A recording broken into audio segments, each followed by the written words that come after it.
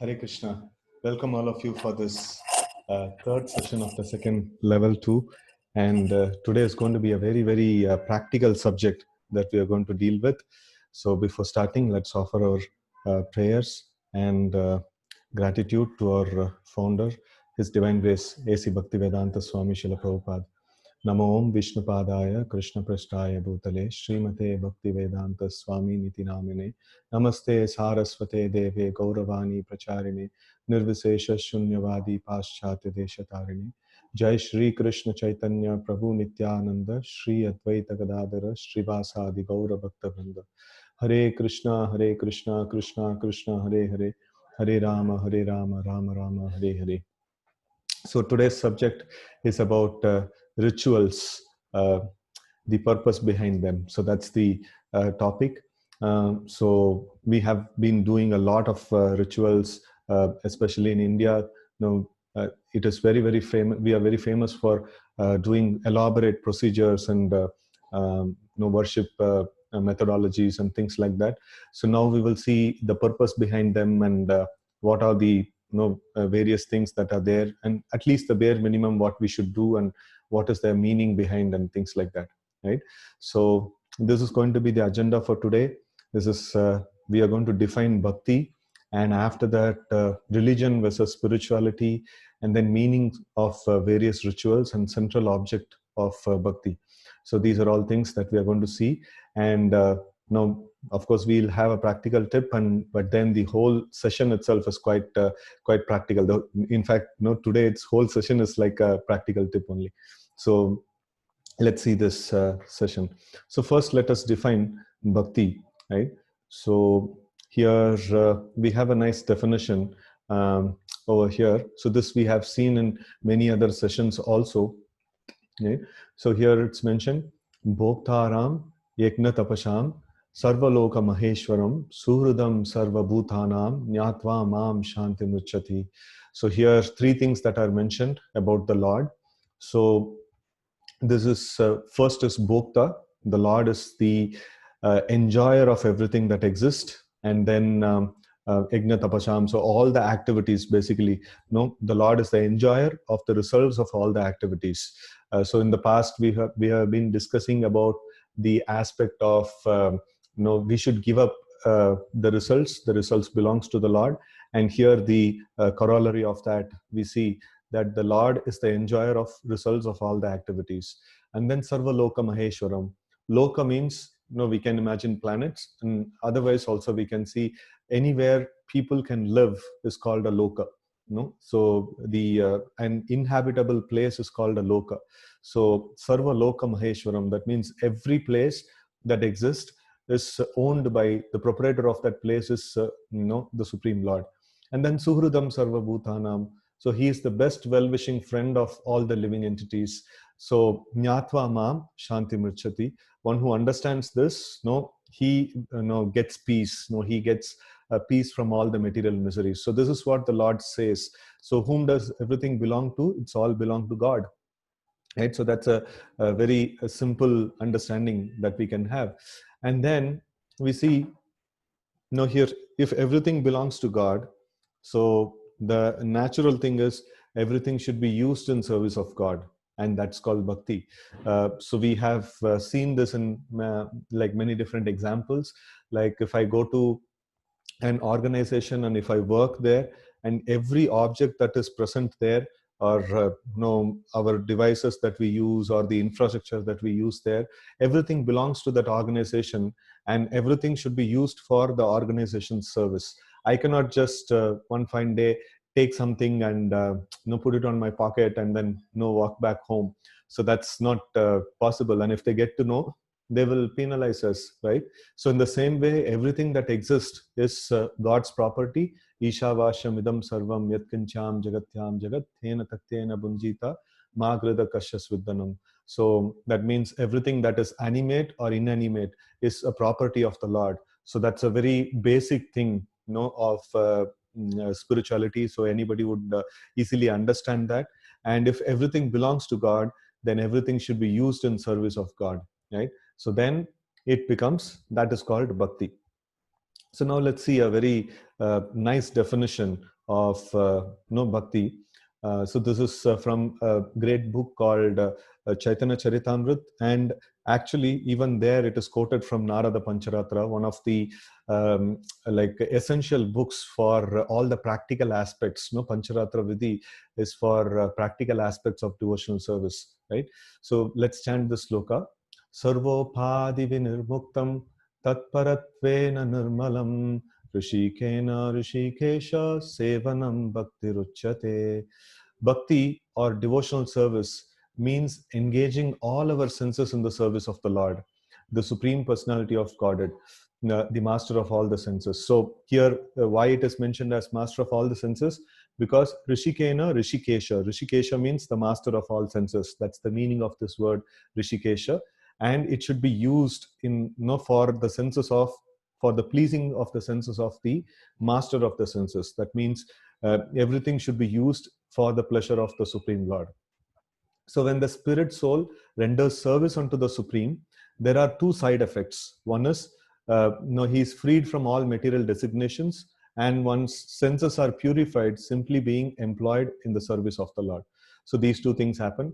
But especially, like, we are looking for the definition, bhakti or devotional service means engaging all our senses in the service of the Lord.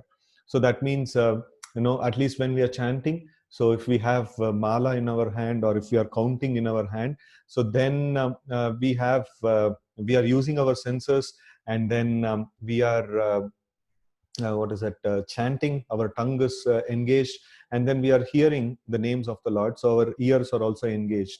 And if we can see a photograph of the Lord and things like that, so our eyes also will be engaged. So in this way, if we sit in a place, and if we are fully absorbed, and if we are chanting, so then many of our senses are engaged. Or sometimes we can even clean the temple area, or we can offer arati, and we can sing bhajans and things like that. So all of this is different ways of engaging different senses in the service of the Lord, right? So when we here two things that are mentioned. So one is that all material designations, and then all senses are purified. So these two things are there. So then when we use the purified senses in the service of the Lord, so then it becomes ultimate bhakti. Then it becomes really very nice bhakti. Uttama Shreni bhakti, that is. So what are these false designations, material designations? We think that I am a man, I am a woman, I am a Hindu, I am Muslim, I am this, I am that. No, I am American, I am Indian. So all these things, if you see, it is all related to our birth in a particular place, or in a particular community, or acquiring a particular kind of a body, right? So but then these designations have to be given up. And we should think that for example, if somebody is driving a Mercedes, and somebody else is driving a a bicycle or something like that, we will call both of them as a man only. No, we will not call them, oh, this is Mercedes going and this is bicycle going. So externally it may be true, but then the person who's driving it is a human being, right? So in the same way, Krishna mentions that Ishvara Sarva Bhutanam Hridadeshi Arjuna Tishtati Brahmayan Sarva Bhutani Yantra Rudani Maya. So he says this body as an yantra, or a mission, or we can say vehicle. So somebody is traveling in the body of a man, somebody is traveling in the body of a woman, somebody is traveling in the body of a Hindu, somebody is traveling in the body of a Muslim, but all of them are spirit souls, all of them are Atma, right? So that is the real designations. I am Atma, that is the real designation. All other things, being nationally identified, being religiously identified, being bodily identified, is all false designations. They are not exactly our designations. They are the designations of the vehicle, or the designations of the body that I have acquired, right? So that is something that has to be given up. And or it will automatically happen when we engage all our senses in the service of the Lord. Gradually we will elevate ourselves to that kind of position. It is mentioned that a learned sage, in Bhagavad Gita it is mentioned, a learned sage, by virtue of knowledge, he can see a dog eater, a brahmana, or an elephant, all these personalities as same, because they are just souls traveling in different vehicles. right? So he will not make any differentiation. He will only see the soul, just like how you see a person traveling in a Mercedes and a person traveling in a two-wheeler. No, you see that, okay, there is a human being that is traveling in these vehicles. In the same way, the real designations, like a person who's engaging all his senses in the service of the Lord, gradually he will elevate to that state, and he will see, okay, no, spirit soul is traveling in different vehicles, and that is what he will see, right? And real designation is also described in the scriptures as Jivara Swarupa Hai Krishnara Nityadas. That means the living entity's real Swarupa is that the servant of the Lord, servant of God. No, that's the real designation of a person, right? And then with the purified senses means when the senses are used in the service of the Lord, slowly the senses become purified. That means, when I see something, the first thing that comes to my mind is that if I see some nice foodstuff, then first thing that comes to my mind is how can I enjoy this foodstuff. So slowly, when the senses become purified, so then we will start thinking, okay, I have got something, how can it be used in the service of Lord, or how can it be used in service of others, right? So then this is a very interesting phenomena in the spiritual world. This is the kind of consciousness people have. And what is the benefit of such consciousness? If I think about others, or if I think about God, so then like I may have a fear, okay, what if nobody thinks about me, then what will I have? So but then the good news is that if some 30-40 people are there, you imagine like 30-40 people are there, and everyone is thinking about other people's welfare. So if 40 are there, then 39 of them are thinking about your welfare. And then like if everybody is thinking about their own welfare, and everybody is thinking about snatching something from somebody for their welfare, then there is a constant fear that is there, right? So that is material consciousness. Material consciousness means there is a constant fear. Will anybody come and take what I have? So that kind of a fear will be there. Spiritual consciousness means, okay, if there is something is there, let me offer it. Something nice is there, let me offer it in the service of the Lord, and let me offer it in the service of the children of God. So in that way, become the senses becomes purified. Over a period of time, by practice of bhakti, the senses gradually become purified. And then bhakti means to be situated in our real designation. And what is our real designation? That is also mentioned that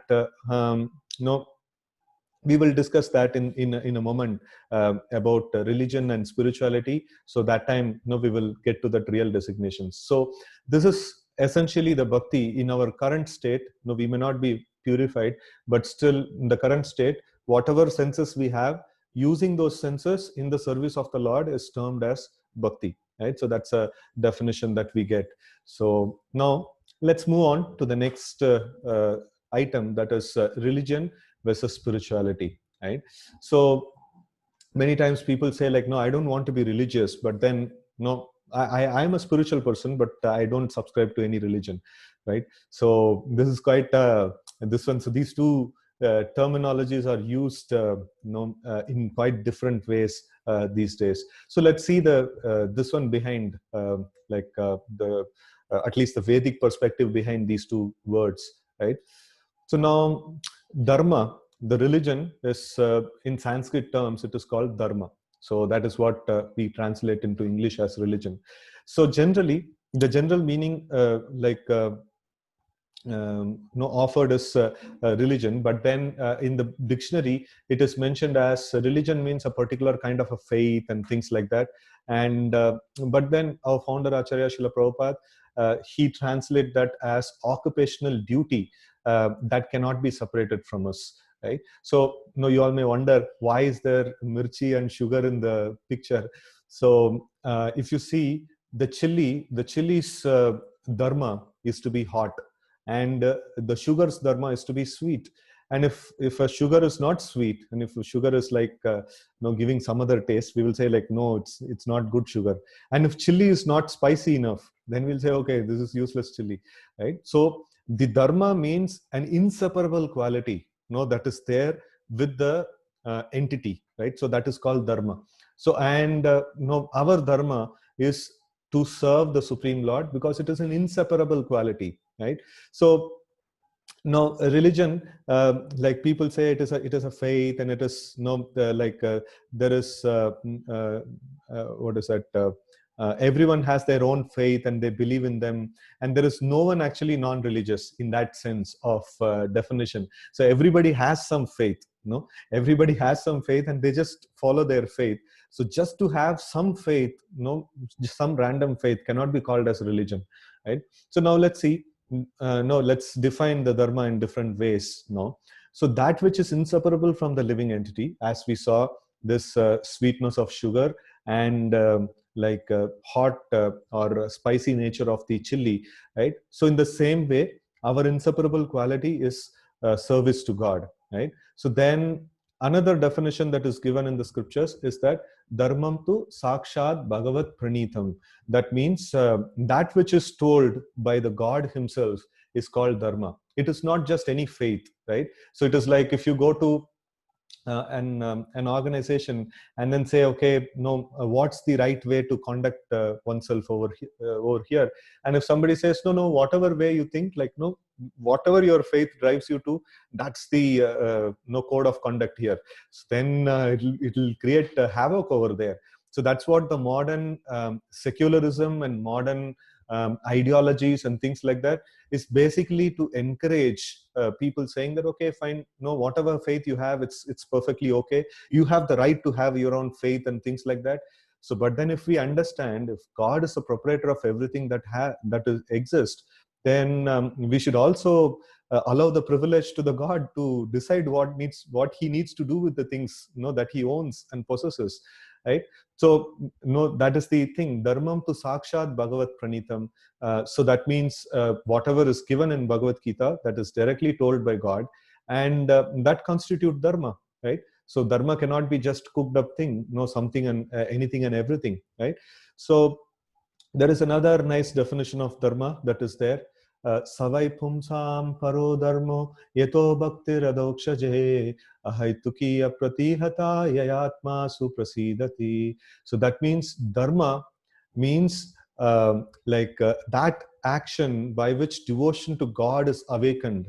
No, that is called dharma, right? So this is like progressively we are going up. So we were just seeing from chili and sugar. So we saw that an inseparable quality, and then we saw dharma is something that is directly told by God, and then now we see that dharma is some action that by doing that action my devotion to God becomes awakened, right? So that is called dharma. And then okay, so these are the things that we saw. Now let's define spirituality. Now let's see what is spirituality. Spirituality means, at least the modern definition goes like this: anything that is little different from normal, people call it spiritual, right? So if somebody has some little different attire and little grown up beard or something like that, oh no, here is a spiritual man. No, we don't even know like what he's speaking, right? But then we give the credit of spirituality for them. So in Sanskrit, spirituality means adhyatmika, so or adhyatma. So that is the meaning. So that is knowing about atma or actions pertaining to spirit is called spiritual. The word itself is constructed in that way. So if we are trying to understand about atma, so then it is called spirituality. And if we are trying to, what is that, do some actions on the platform of spirit, then it is called spiritual, right? So otherwise it is not spiritual, right? So now like ideally speaking, both religion and spirituality brings us to the same meaning, but the modern idea is completely confusing and misdirecting, right? So just like we eat to maintain body, we do certain things to satisfy our mind, and similarly we are expected to do some things, that is the rituals, that are pertaining to atma, or that actually can deal in the level of atma, right? So now let us try to understand the inner meaning of the things that we do as part of our devotional life, that is rituals. That's what exactly we want to discuss in today's subject. So we just saw a little background about bhakti. What is bhakti? Bhakti means using everything in the service of the Lord. And then we saw about dharma. Dharma means like inseparable quality of the living entity, and dharma means the that which is directly told by God, and dharma means that which invokes devotion to God in us. And this one also, like spirituality also, to act on the platform of spirit, and we are spirit and Lord is spirit. So if any transaction between us and the Lord happens, then that is spirituality. But then if there is some yoga, or if some like some exercises and something that is appeasing to the, just pacifying the mind or making the mind peaceful and things like that, that can be called as something to do on the mental plane, and that is still material. It cannot be called as spiritual, right? So many spiritual gurus, or so-called spiritual gurus, they teach some asanas and some physical exercises and meditation and things like that, which still stops at the level of mind. It doesn't go to the level of soul, right? So they cannot be strict, on the strict sense they cannot be called as spirituality. Spirituality means something to do with spirit, soul, atma. It should relate to atma, not just mind. So now let's understand the aspects of rituals. So these rituals are the actions that are supposed to invoke our devotion to God, or supposed to put us on the level of what is it spirit, on the level of on the spiritual level, right? So now there are two important things in this connection. So one is knowledge, another is ritual. So knowledge means why we are doing this particular action, and ritual is the action in itself, right?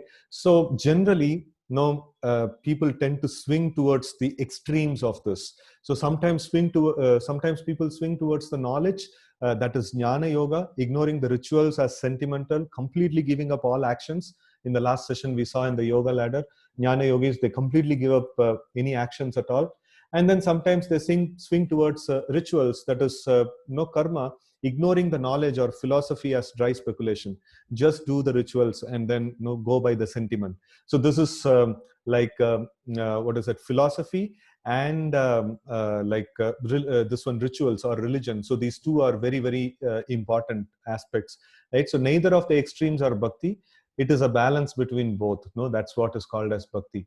So now our founder Srila Prabhupada, he used to always say that philosophy without religion is mental speculation, and religion without philosophy is sentimentalism. That means philosophy without rituals is just mental speculation. I just keep speculating about it, and then I don't do anything practical. But then religion or rituals without the understanding behind it, it just becomes a mere sentiment. So it doesn't serve the purpose still, right? So this pendulum is oscillating between karma to jnana and jnana to karma and things like that. So the middle stable portion is the bhakti, right?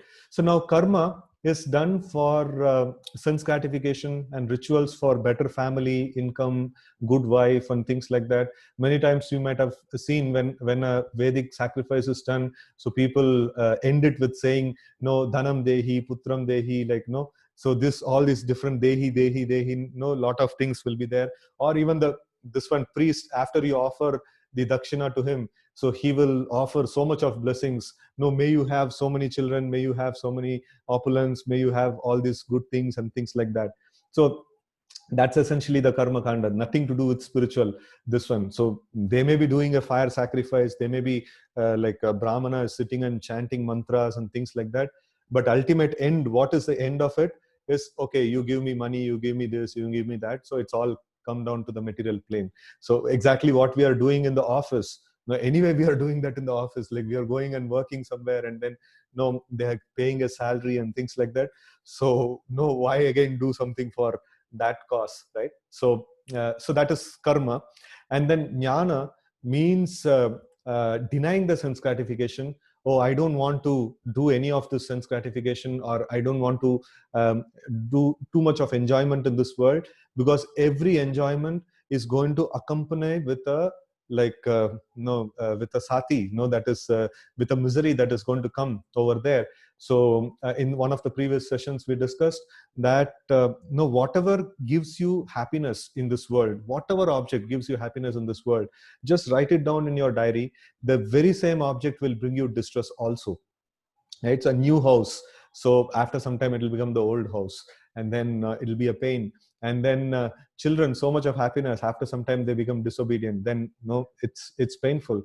And then so many, you can just name it, all the material things that are there, even if no people around are very good and things like that, if they depart from us, then it's painful, right?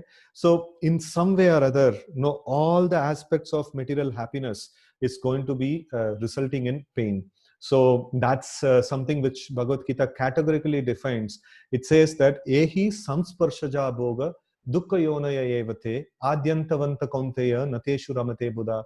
An intelligent person, what he will do, he will not take pleasure in that thing which is having a beginning and end. No, so ehi samsparshaja bhoga, that means that thing which is going to give me happiness by bringing the sense object and the senses together. For example, eating is our favorite example. We have always been giving eating. So now the food particles are brought in contact with the tongue. So now that, if I accept as source of happiness, then how long I can eat, I have a satiation point. I have a point of getting full. And after that, I cannot eat. And the same thing, the same food particles, if it is offered again, then it will be a no poison for me. Like I'll not be able to take. So in the Janmashtami, we generally have this competition of who can eat the maximum number of gulab jamuns, right? So sometimes people try, and then they put in 5, 10, sometimes it goes to 15, 20 also. And then sometimes they become miserable actually after that. So definitely we didn't want to make people miserable. So it's just this one, that it's prashadam of the Lord, and more they take, more they become purified. So that's a nice aspect of it. But then the aspect of bringing the sense object in contact with the senses, ehi samsparshaja bhoga dukkha yonaya evate, it is loaded, or dukkha yonaya means, literal translation is it's pregnant with misery. That means it is going to deliver misery at certain point in time, right? So in that way, we see that the senses and the sense object coming in contact is going to give misery. So jnana yogis, they understand that. So they say, okay, any action that I perform, it's going to be miserable. I'm just going to give up all actions altogether, right? So you can also regulate them. So you don't need to keep that as the primary aspect of enjoyment. So you can just eat as much as it is necessary. But then the jnana yogis, they go in in meditation, and they kind of control their agni and things like that, and they completely give up all sorts of actions. And it's quite a amazing feat that they can do. But then it is what is the purpose? The purpose is to attain shanti. You might have heard in many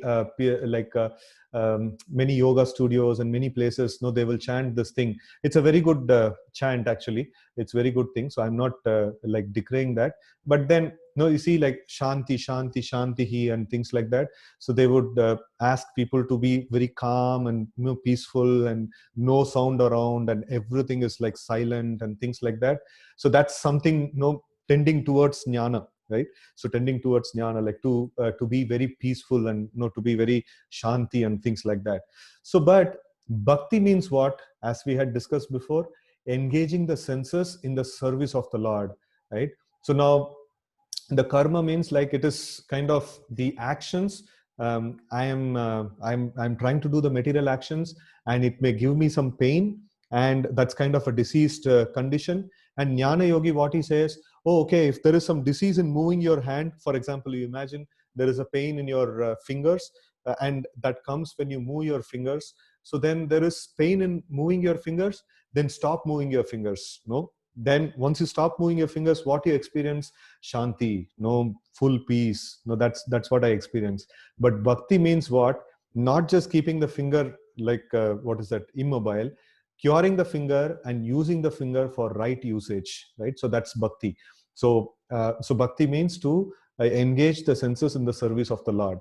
And we saw there is one more definition of bhakti that or one more aspect of bhakti that we saw is liberation. So muktir hitva anyata rupam swarupena avastitah. So that means mukti, the real definition of mukti means to give up all other positions. That means I am the enjoyer, I am the doer, and things like that, and then take the position of I am the servant of Lord. Muktir hitva anyata rupam swarupena avastiti. So that's that's the another definition that is given, right? So this shanti is kind of a neutral state. No, the jnana yogis, they like the shanti, or even sometimes ashtanga yogis, they like shanti. But then the bhaktas, the devotees of the Lord, they like to be engaged in the service of the Lord, right? So that's the healthy way of using the senses.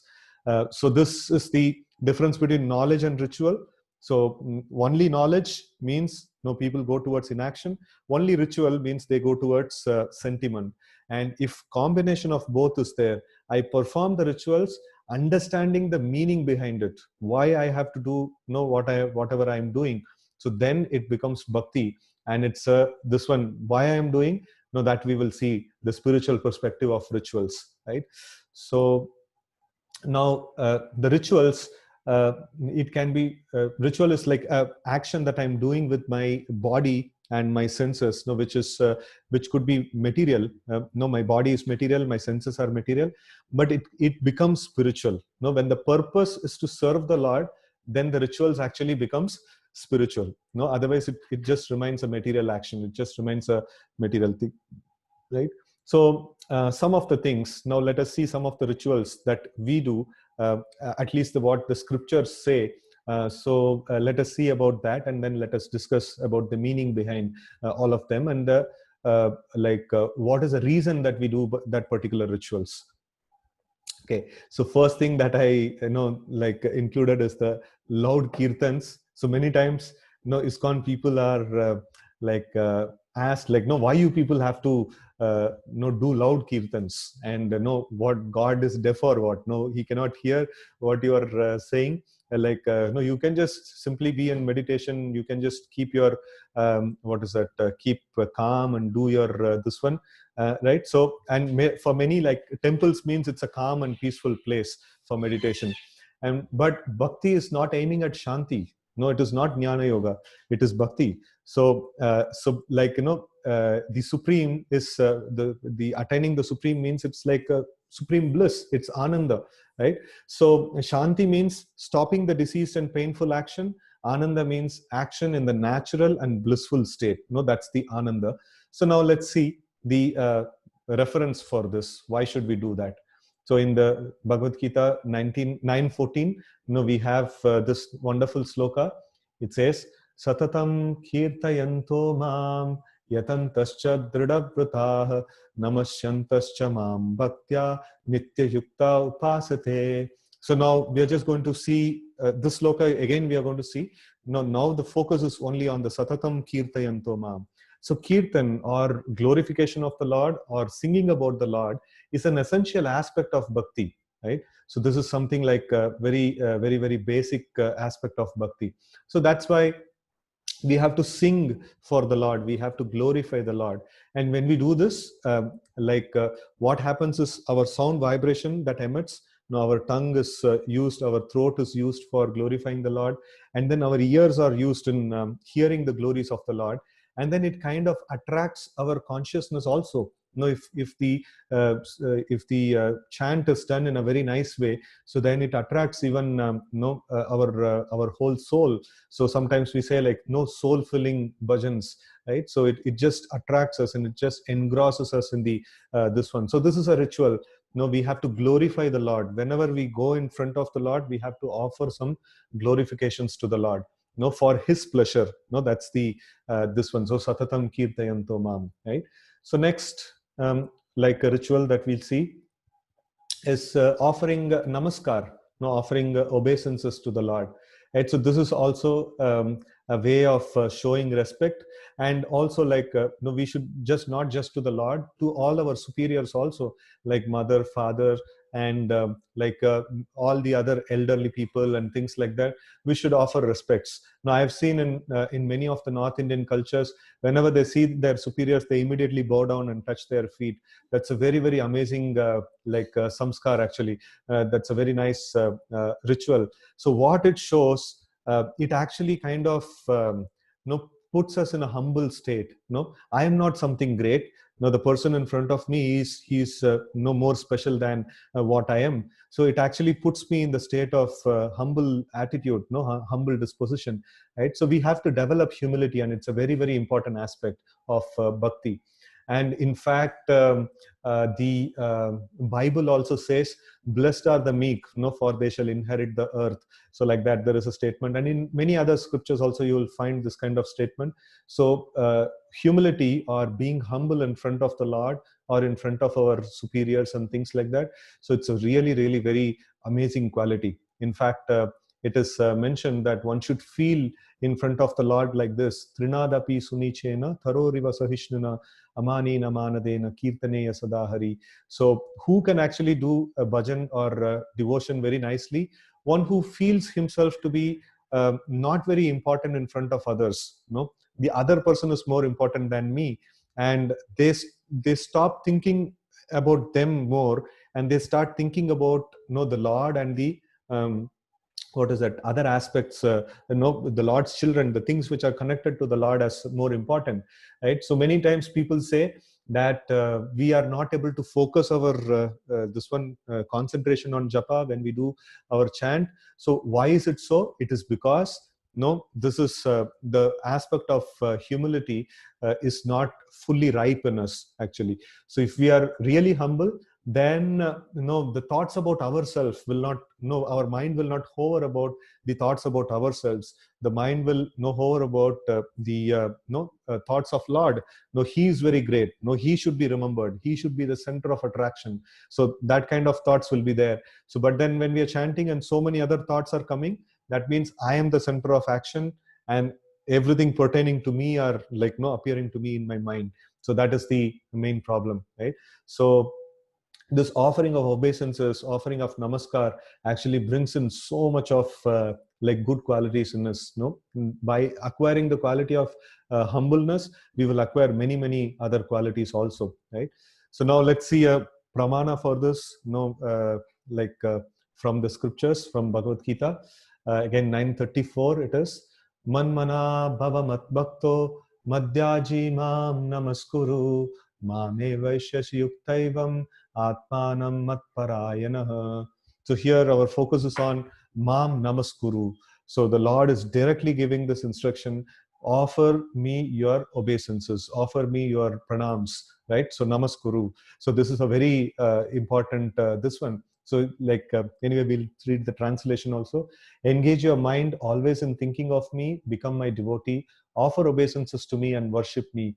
Being completely absorbed in me, surely you will come to me, right? So this is a statement that Krishna says in Bhagavad Gita. So we saw about the aspect of singing for the Lord. We saw about the aspect of offering pranams to the Lord, right? So these two rituals we saw now. And let's see, like when you come to the ISKCON temple, you will also see another important feature.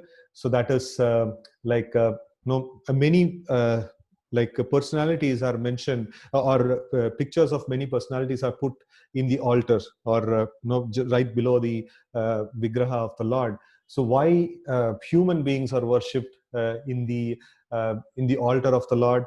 Sometimes even people say, like when we offer Guru Puja to the spiritual master, they say, why are you worshipping a human being? So this is not this is not to be done, right? So this kind of things are mentioned. So but then this is the proper etiquette, this is the proper way of worshipping the Lord, right? So now in any ISKCON temple you will find these personalities photographs. The leftmost is Srila Prabhupada, the founder of ISKCON, and after that is Bhakti Siddhanta Saraswati, the spiritual master of Srila Prabhupada. And then next is Gaura Kishore Das Babaji, the spiritual master of Bhakti Siddhanta. And then like next is Bhakti Vinod Thakur, and then Jagannath Das Babaji Maharaj. So in this way, like these all parampara, and this parampara actually, if you see in the Bhagavad Gita, if you have ISKCON's Bhagavad Gita, at the end of introduction, you will see right from Lord Krishna till the current spiritual master, the unbroken chain of disciplic succession can be seen in the whole list of parampara. So this actually proves the authenticity of the parampara. So any school of thought should be authenticated by a proper parampara. So this is the pramana for that. In the fourth chapter of Bhagavad Gita, we see this particular this one. Evam parampara praptam imam rajarashayo viduhu sakalene ha mahata yogo nashta parantapa. So here the Lord says, this supreme science was thus received through the chain of disciplic succession, and the saintly kings understood in that way. But in course of time, the succession was broken, and therefore the science as it appears to be lost. So Krishna comes specifically to re-establish that science again, right? So it is very, very important. The parampara, the Guru parampara, is a very important system, and that is the way Krishna disseminates, like, this particular knowledge, right? So in fact, in Padma Puran, we see Lord Shiva is saying, Aradhananam sarvesham Vishnu aradhanam param. So of the best of all worships is Vishnu worship. And then Tasmat parataram devi. Even better than that, something is there. What is that? Tasmat parataram devi tadiyanam samarchanam. That means to worship those people who are connected to Krishna, connected to the Supreme Lord. So worship of them is very important. So when people say, like, no, why are you worshipping a human being? So it is not just a human being. He is the bearer of message of the Lord, and no, he should be offered due respect like that, right? So that's the version. That's the Vedic way of following, right? So now we see this. This is the pramana for that, and then in our altar you will see, like, no, there is other pictures are also there, like the picture of Panchatattva. So we have been chanting this mantra: Shri Krishna Chaitanya Prabhu Nityananda Shri Advaita Gadadhara Srivasadi Gaura Bhaktavrinda. So this is like, Chaitanya, Nityananda, Advaita, Gadadharan, Srivas. So this is a kind of we respect these personalities also, right? And then Lord Narsimha also, like generally we have in our puja room. So this is the way at least the ISKCON temples are organized. And why specifically Lord Chaitanya, the central figure we have here. So this is why specifically Lord Chaitanya. So this will be mentioned in another session in a detailed way. So for now, we will just see one particular sloka in regard to Lord Chaitanya. So it is mentioned in Srimad Bhagavatam, 5,000 years before, and Lord Chaitanya appeared just 500 years before. But then his appearance is predicted 5,000 years before. And it is mentioned here, Krishna Varnam Tvisha Krishnam Sangopangastra Parshadam Yajnai Sankirtana Prayar Yajantihi Sumedasaha. In the age of Kali, intelligent persons perform congregational chanting to worship the incarnation of Godhead, who constantly sings the name of Krishna. Although his complexion is not blackish, he is Krishna himself. He is accompanied by his associates, servants, weapons, and confidential companions. So this is a prediction of Lord Chaitanya. Not just this, even in Vishnu Sahasranam, there is like Sanyasakrit Samachanta, so that line comes. So that is also a prediction of Lord Chaitanya, because Lord Chaitanya takes sannyas, and no other incarnation of the Lord Vishnu takes sannyas. And then many predictions are there in that way. So Lord Chaitanya is Krishna himself, appeared in Kali Yuga just to propagate the holy names of the Lord, and he appeared 500 years before, right?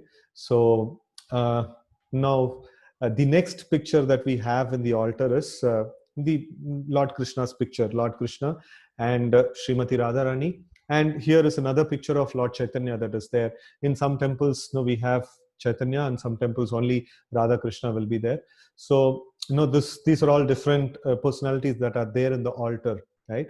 So now let us see, there is arati that is performed. So now we saw that when we see the Lord, we'll sing, and then when we see the Lord, we immediately offer our pranams, right? So then after that, what we do is there is an arati procedure, that is done, right? So now in the arati procedure, there are different things that are there. Those people who follow the Pancharatra Vidhi, like they will follow this particular sequence of arati, right? So blowing of conch, and no, actually speaking, all this arati procedure is nothing but symbolically offering all the panchabhutas in the service of the Lord, right? So all, our mind, our intelligence, and all the elements of the panchabhuta, everything, in the service of the Lord. So that is the way of performing these rituals, right? So now blowing the conch and kirtan, singing of glories of the Lord, or even the chanting of the names of the Lord. So this is kind of offering the sound in the service of the Lord. And when we offer diya, so like lamp, and that is like offering the fire in the service of the Lord. And then we offer water in a conch, and then that is like offering the water in the service of the Lord. And flowers and incense, that is like offering earth in the service of the Lord. And a fan that is offered, chamara, that is called, generally. So that is like offering the air in the service of the Lord. And namaskaram, so like obeisances when we perform. So that is like our offering our ego. And meditation on the beautiful form of the Lord, that is offering our mind in the service of the Lord. And the whole procedures, that is followed, is offering our intelligence in the service of the Lord. So basically, all the senses, right in the beginning we saw the definition of bhakti is to offer, is to engage all our senses in the service of the Lord. So that is technically called as bhakti. And these rituals are meant to actually do those things, how to engage all the senses for the pleasure and for the service of the Lord. So that's the main purpose of all these rituals, right?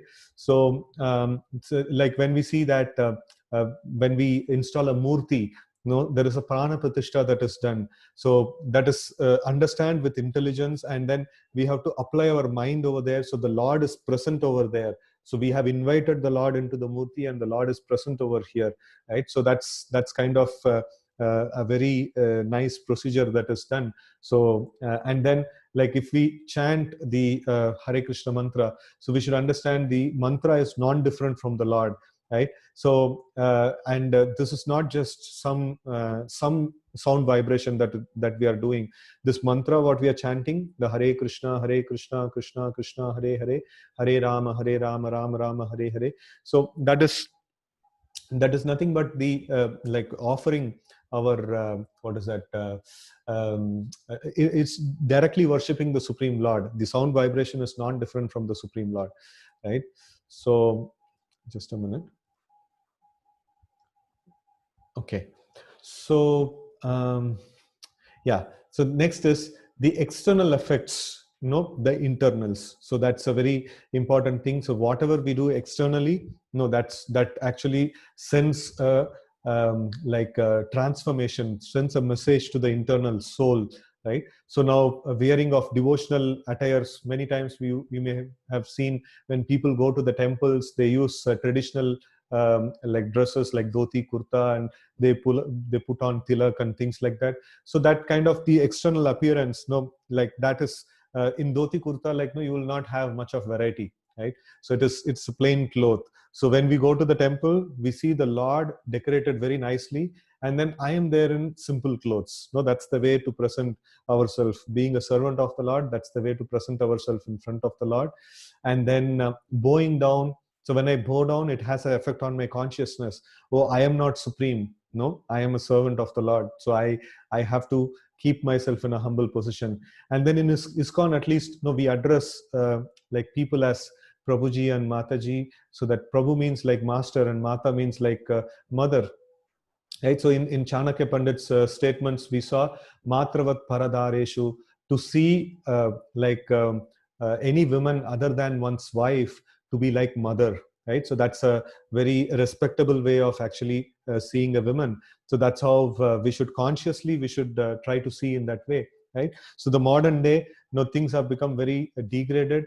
So in the Vedic times, if you see, the small children are sent to Gurukul, and whenever they go out for bhiksha, so they always call the ladies in the home as, no, oh mother, please offer us some bhiksha. So they were trained in that way. So in Vedic times, it is very good. And nowadays, we are putting our children in front of TV, and then women are portrayed very badly over there. And then when they grow up, they see women in a wrong vision. So that's a problem of culture that we have brought into our system. Know what to do, like, no, that's everybody is pulled into that system. So but then the Vedic education is right from the childhood. No, women a child is like taught to address a woman as mother. So and then when they grow up, no, they have an experience of their mother, and they, if they call some all other women as mother, so they have the same kind of feeling and experience towards everyone. So that's kind of a very good cultural upbringing. So this is a very good way of addressing any women as mother, right? And then greeting with Hare Krishna or Jai Shri Krishna and things like that, it's very, very good actually. So rather than using hello and hi and things like that, so it's this is a very nice way of addressing. Hello and hi and things like that, I don't know, like they don't have even meanings, I suppose. So this is a greeting, is like we should remind each other of the Supreme Lord. So that's a very nice way of greeting people. So in this way, like the rituals, all the rituals are supposed to help us and enhance our devotion to God. And the root definition that we saw, the devotion to God means using our senses in the service of Lord, right? And also we saw about the bhakti, different angas of bhakti in one of the previous sessions. That is Shravanam, Kirtanam, Vishnu Smaranam, Pada Sevanam, Archanam, Vandanam, Dashyam, Sakyam, Atmanivedanam. So Shravanam, to hear about the Lord. So this is a ritual that we are doing. So we are hearing about the Lord, and that's a devotional aspect, and it has an effect on our consciousness. And then Kirtanam, like I'm speaking about the Lord, or after some time we will chant the names of the Lord. So this is Kirtanam. And Vishnu Smaranam, so like remembering about the Lord. Then Archanam, to offer like arati and offering the archana procedures, offering abhishekam and offering like various upacharas for the Lord, right? So that is archanam. Vandanam means offering prayers to the Lord, right? And then if you see all the rituals, they are brought from these elements of angas of bhakti, right? So when we don't understand the meaning behind these rituals, we will just simply do it, and then sometimes we get we get doubt, oh, like, no, did I do this step properly or that step properly, and things like that. So a very important thing over here is to see that I'm doing it for the pleasure of the Lord, and then I should be focused on the pleasure of the Lord rather than the procedures in itself, right? So procedures we should follow, but then over and above it, we should know like for whom it is performed, and what is the what is the purpose behind it, and things like that. So now let's see, the central objective of all this thing is bhakti, right? So this is like from self-centered to God-centered. So that's the main purpose of all these rituals and procedures and things like that are there.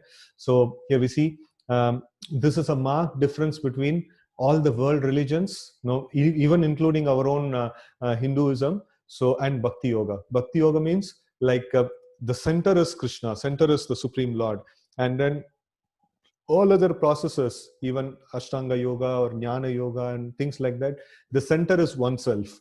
And even all other religions, the center is oneself. Now, if I do this puja, what will I get? The immediate question is, what will I get? So that's something that that a person actually thinks of, right? So I request people not to open their videos. That kind of distracts our screen here. Yeah, so the basic difference between all other systems and the Bhakti Yoga means it is centered around the Supreme, right? So it is fully selfish or extended selfishness. The tendency is to keep oneself in the center. So fully selfish means me, that's all. And extended selfishness means me, my family, my nation, all the human beings, or all the people of the world. Why? No, it's because I am part of them. I am one of that community, right? So then that becomes a self-centered, external self-centered, right? So this nationalism, then like humanitarian activities, so these are also selfish. Why only humanitarian? Why not animalitarian and things like that? So it's because I am a human being, So like no, like all my co-species, no, they should be taken care of very nicely. So and things like that. So why my family? There are so many people are suffering. Why only my family? Because they are my family. Like no, I am there in the center of it, right? So this is the this one. So when Bhakti Yoga comes into the picture, no, like I consider that my home to be a temple of God, and then the master of the home is no, the deity which is worshipped in the home, and then everything is done for the pleasure of the Supreme Lord there. So that becomes a very nice aspect of God-centered this one. So we can create God-centered environment in our home, and then we can create we can like encourage others also to keep God as center, right? So in that way, like harmony can come in the whole society, right? So okay, when we start thinking, oh, Krishna is supplying everything to us. So many things is supplied: earth, water, fire, air, ether. That is there. The like air that I am breathing in is supplied right under my nose, and then like the food that is necessary for me is growing in the fields, and it's all natural resources. It's all owned by the Lord, right? So many things the Lord is supplying. So it is good to think when we are going to do some rituals or some worship and things like that. He's been supplying so many things. He also must be liking something, right? So he also may want something. What does God wants? When we start thinking what does God wants, then we actually come to Krishna consciousness or real bhakti. So the consciousness, the center of the consciousness is not aham bhava. Aham bhava means I am there in the center, and bhakti or Krishna consciousness means God is there in the center, right? So when God is in the center, and then we are thinking what does God wants, naturally God will like all the time want your welfare. He will definitely do that. So whether you like it or not, like this elephants in the forest, they eat tons and tons of food. God has been providing for them also, like he is providing for every single person. So why he will not provide to us? So we should start thinking that I am only going and asking from the Lord. So if I can ask him that, do you want something? Can I offer you something? So how happy the God will be, right? So sometimes we see that if the children every time they keep on asking, no, I want this, I want that, and things like that, sometimes we get irritated. And if the child comes and asks, like mother or father, can I do something for you? So it will be like a nectar passing through the ears, right? It will be so sweet to hear such words. And that's how the God also feels. So that is called real bhakti. So when we can go and ask God, like, no, what can I do for you? So that's real bhakti, right? So now let's see a very much more amazing definition of bhakti here. Like let's chant the sloka. Anya bilashita shunyam jnana karmadi anavritam anukulyena krishna anusilanam bhakti ruttama.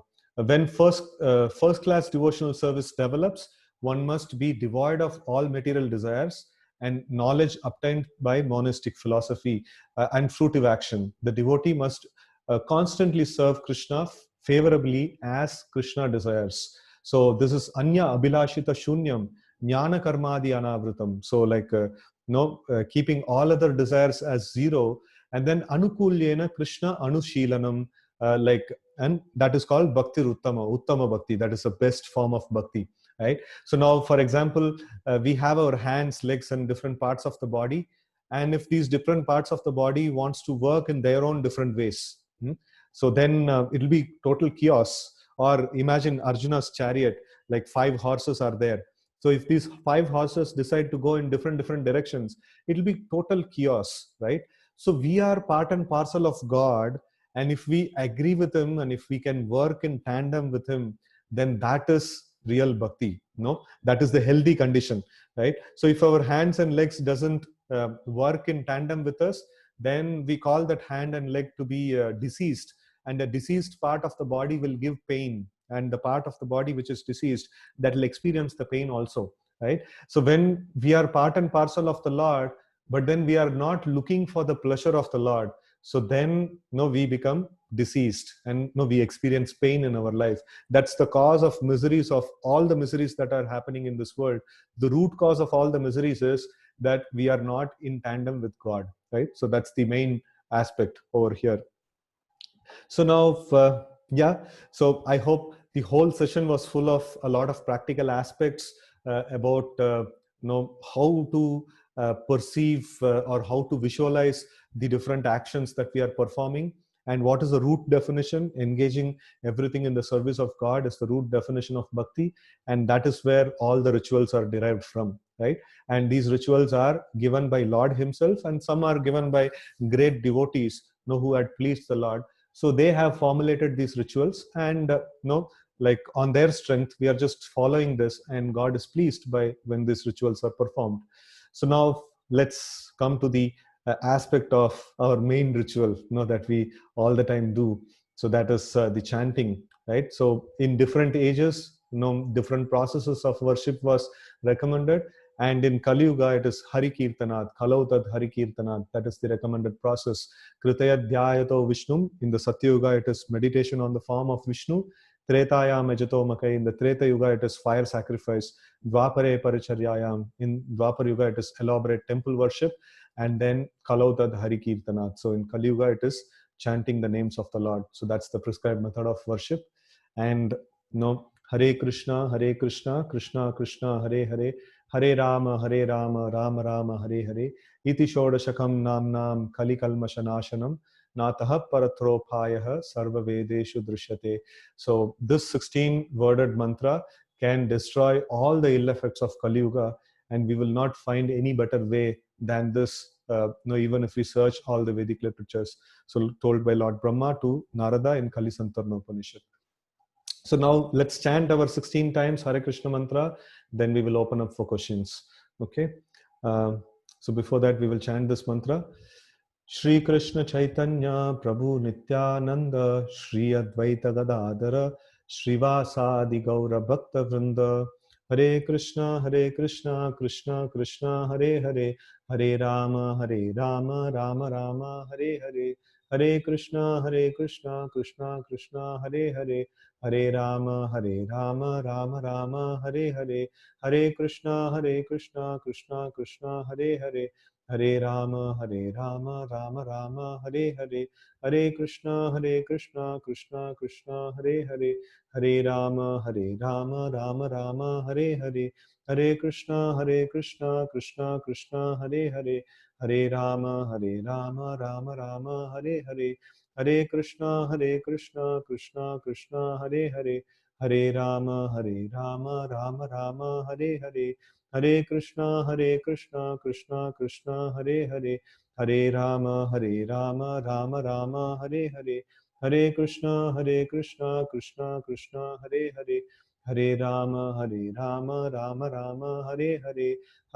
Krishna Krishna Krishna Hare Hare Hare Rama Rama Rama Hare Hare Hare Krishna Krishna Krishna Hare Hare Hare Rama Rama Rama Hare Hare Hare Krishna Krishna Krishna Hare Hare Hare Rama Rama Rama Hare Hare Hare Krishna Krishna Krishna Hare Hare Hare Rama Rama Rama Hare Hare Hare Krishna Krishna Krishna Hare Hare Hare Rama Rama Rama Hare Hare Hare Krishna Krishna Krishna Hare Hare Hare Rama Rama Hare Hare Hare Krishna Krishna Krishna Hare Hare Hare Rama Rama Rama Hare Hare Hare Krishna Krishna Krishna Hare Hare Hare Rama Rama Rama Hare Hare. So thank you all for your wonderful participation. So now we will open it for questions. Hare Krishna. Okay, can we choose rituals? I heard that rituals for one person will not work 100% for other person. Okay, so rituals, that is material rituals and things like that and all. But spiritual rituals, like devotional rituals, they are common actually. So by just like chanting the names of the Lord, reading the Shastra Abhyayan, and then Adhyayan, and then like the worship of the Lord and things like that. And also these basic rituals, they actually they don't change. But then there are rituals for grahasthas, householders. There are rituals for different ashramas and things like that and all. So those rituals may change. But then now the material rituals, what people have constructed themselves, there are so many rituals that have been constructed which are not in the Vedic process. So we cannot comment upon those rituals. So in general, the rituals, whatever I have mentioned about the basic devotional rituals, those things are common for everyone, right? And Chaitanya Mahaprabhu is not having any weapon as mentioned in the sloka of Srimad Bhagavatam. His weapon is the holy name, the name, chanting of the names of the Lord. And with this weapon, he kills all the bad qualities in a person. And then will there be more sessions next week? Yeah, we have total 9 sessions. We have informed in the group, and 3 sessions per week. So this is the first week, 3 sessions we finished, and next 2 weeks also we will have. Why does Lord ask us to please him by offering prayers? Does that mean God is not humble? No, God is just having it. Okay, now if I come to your home and I say, I'll take your TV, I'll take your washing machine, I'll take everything from there. And then if you say, no, it is mine, no, can I say you are arrogant?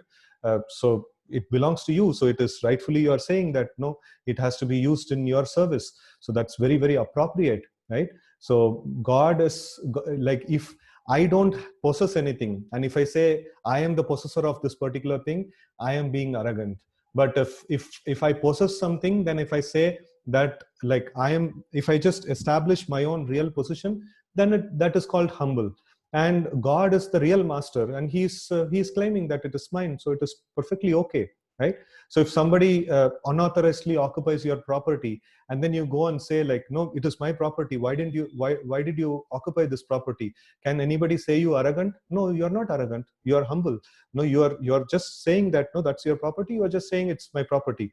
And even in property deeds, if you see, it will be mentioned, this property is owned by so and so, and it should be used solely for the enjoyment of this particular person. Something of that sort will be written in the property. So in our case, we can say all that I have is for my enjoyment, but then the God should not say that all that he has is for his enjoyment, right? So that's not a fair deal, right? So no, that's the way it is. And another example that is given is that if hands and legs and different parts of the body are there, it is compared to an example of tree. Yatha taror mula nishechanena tripyanti yat skanda bhujopashaka. So that is, if I water the root of the tree, then tripyanti, that means satisfaction reaches, where yat skanda means the trunk of the tree, bhuja means the branch, upashaka means the sub branches. All these parts of the tree will become nourished when we offer the water in the root. So in the same way, if we offer service to God and make him pleased, that is how we become pleased. If we directly want to take things for our pleasure, we will be miserable. I mentioned this sloka, ehi samsparshaja bhoga dukkha yonaye evate. So I try to satisfy myself, it is only dukkha. We can try, and we have tried it many different forms and ways. It is only a source of misery. But if we take things and offer it to God, so then he becomes pleased, and by that we become pleased. It is like this, watering the root, right? So offering to God. So our root is God. If we offer service to God, we will become pleased. So that's how we can become pleased, right? So it is not arrogance. It is not. God is being very, very humble about it, right? So we are using his property left, right, center, and he says, okay, fine. No, you understand and you offer it in my service. No, I will wait for it. No, God is God, right? He can just give a slap to us, and he can just take, no, how dare you don't do things in my for my pleasure. He's just humbly asking, saying that, no, you see, this is my property, please kindly use it in my service. And we say no, he's not humble enough. No, he's very, very humble. No, nobody can be more humble than this. We can experience this if some trespassers come and then claim our property, then we will know how humble we are and how humble the God is, right? So what is basically Trikala Sandhya Vandanam? Okay, that is done by those people who are Dvijas, or those who people who are initiated into Gayatri Mantra. So 3 Sandhyas, like morning Sandhya, afternoon Sandhya, and evening Sandhya. Sandhya means change of this one from night to day, and from daytime to the mid of the day when the sun is in the middle, and then from day to night. So these 3 Sandhyas we have to perform Gayatri Mantras, and that is not a joke, like we saw in the yesterday's this one, right? So we have to be properly qualified to do that, right? So next is God male or female? So it is mentioned that God is the Purusha, Param Purusha. So Purusha means male, and everything else that exists apart from God is called Prakriti, right? So this is Bhumi Rapa Anala Vayo Kammano Buddhirevacha Ahankara Mityam Me Binna Prakritir Ashtada.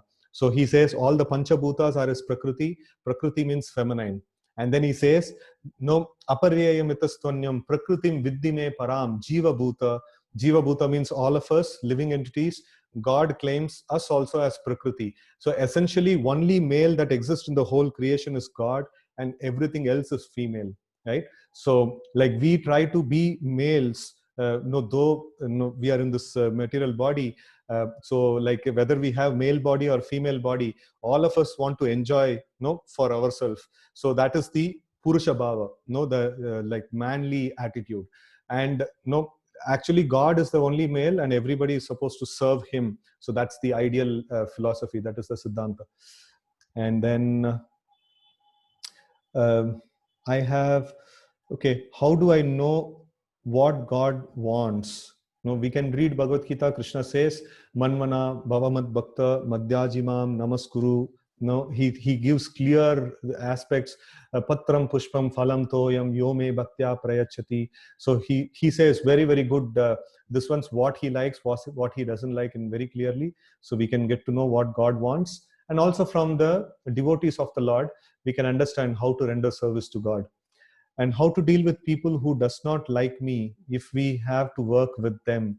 So this is an austerity. So when we have such situations, we can actually think that you see that I have to work with somebody who doesn't like me, but then God likes me very much. We saw that Suhrudam Sarva Bhutanam Nyatva Mam Shanti Mrichati. So God considers me to be his best well-wishing friend.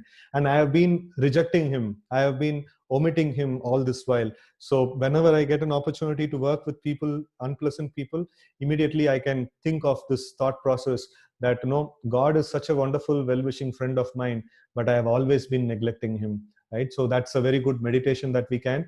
And in the practical situation for this, so we just have to do our duty and then get on, right? So all these difficult situations may arise in the life. That's how the Bhagavad Gita statements Dukkhalayam Ashashvatam gets proved.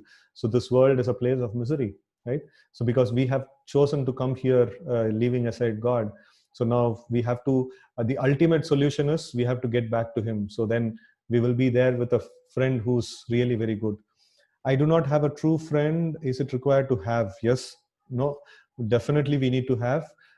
So if you're at least in the community of devotees, like all of us offer friendship to each other, and in that way we support and help people. So that's you can have friends in the circle of devotees. That will be a nice thing. The ritual is giving Bali as in Kalighat, Kolkata, and to Narsimha, Senchu Lakshmi, Nahobilam. Okay, so that is all okay, this kind of procedures is recommended for people in the mode of ignorance. People in the mode of ignorance, they like to give Bali, they like to see blood and things like that. So we will not follow all those rituals. We will follow the Satvika rituals. Satvika rituals are not ghastly. They are very, very pleasant in nature, and they kind of what is that? It is more serene and refined way of offering worship. There is like tamasic worship, there is rajasic worship, and there is satvika worship. So what rituals we discuss today is all satvika rituals. They are not like tamasika rituals, what is mentioned here, right? So I love listening to bhajans, learning shlokas, and reading the Gita. I remember the Lord, but I just came down to chanting. Uh, why this is so? I am not able to understand the question. You can rephrase and put it again. I can try to answer that. And then chanting Hare Krishna mantra is also one of the rituals, right? Yes. And also Omkara mantra is also considered as Maha mantra. Yes. Hope anyone can chant. No, Omkara it requires um, a spiritual kind of initiation. No, Vedic mantra starts with Om. So like those requires initiation into the Vedic process. And Omkara is kind of an impersonal representation of the Supreme Lord. Chanting the names of the Lord is more direct and more higher than Omkara. Though it doesn't require any qualification, it is still directly addressing the Lord by his personal name. Omkara is like addressing the energy of Lord, or kind of it's kind of an indirect representation of the Lord. No, Lord's name is not there here. So no, in that way, like chanting of Hare Krishna mantra is more better. And then Lord has said we can offer anything. Patram pushpam phalam toyam. It is the bhavam that matters. Yeah, it is the mood that matters a lot over there. But like patram pushpam phalam toyam yome bhaktya prayachati. No, bhakti with devotion. No, if you offer me these things, no, then I will accept it, right? Can't get down to chanting. Oh, okay. So like okay, so you like to listen bhajans and things like that. Okay, chanting is a very like, it is like calling the name of God. It's very, very personal service, and it is considered to be one of the best service in no that is available. And no slowly we can try to kind of develop attraction to that. No, over a period of time you keep doing it, no, you will get attraction to it, because the names of the Lord are filled with bliss. And then more we chant, no more our desire to chant more will come, right?